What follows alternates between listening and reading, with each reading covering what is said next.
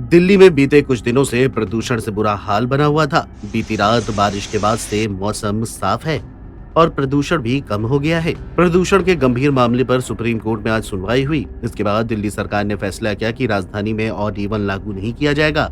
Supreme court में सुनवाई के बाद दिल्ली सरकार को फैसला लेना था। कोर्ट ने आज की सुनवाई में इस स्कीम को लागू करने का फैसला दिल्ली सरकार पर छोड़ दिया है। दिल्ली सरकार ने कहा है कि दिवाली के बाद एक समीक्षा बैठक की जाएगी और इसके बाद आगे के निर्णय लिए जाएंगे। बता दें कि दिल्ली में 13 से 20 नवंबर तक के लिए ऑड इवन फार्मूला लगना था, लेकिन प्रदूषण में सुधार के चलते दिल्ली सरकार ने इसे टाल दिया है। अब दिवाली के बाद होने वाली समीक्षा बैठक के बाद फाइनल डिसीजन लिया जाएगा। फिलहाल दिल्ली में 13 से 20 नवंबर को ऑड इवन लागू नहीं होगा। दिल्ली के पर्यावरण मंत्री गोपाल राय ने ये जानकारी दी।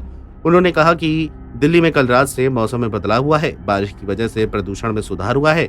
ऐसे में अभी ऑड इवन लागू नहीं होगा। दिवाली के बाद समीक्षा बैठक होगी और इसके बाद ऑड इवन फार्मूले पर फैसला लिया जाएगा। बता दें कि दिल्ली एनसीआर पिछले एक हफ्ते से प्रदूषण की मार झेल रहा है। वायु की गुणवत्ता स्तर यानी AQI 450 से भी ऊपर बना हुआ था। प्रदूषण पर काबू पाने के लिए दिल्ली सरकार ने तमाम बड़े फैसले भी लिए थे। ये नाकाफी साबित हुए। इसके बाद दिल्ली सरकार ने 13 नवंबर से ऑड इवन लागू करने का ऐलान किया था। हालांकि शुक्रवार सुबह दिल्ली एनसीआर में बारिश ने लोगों को राहत दी।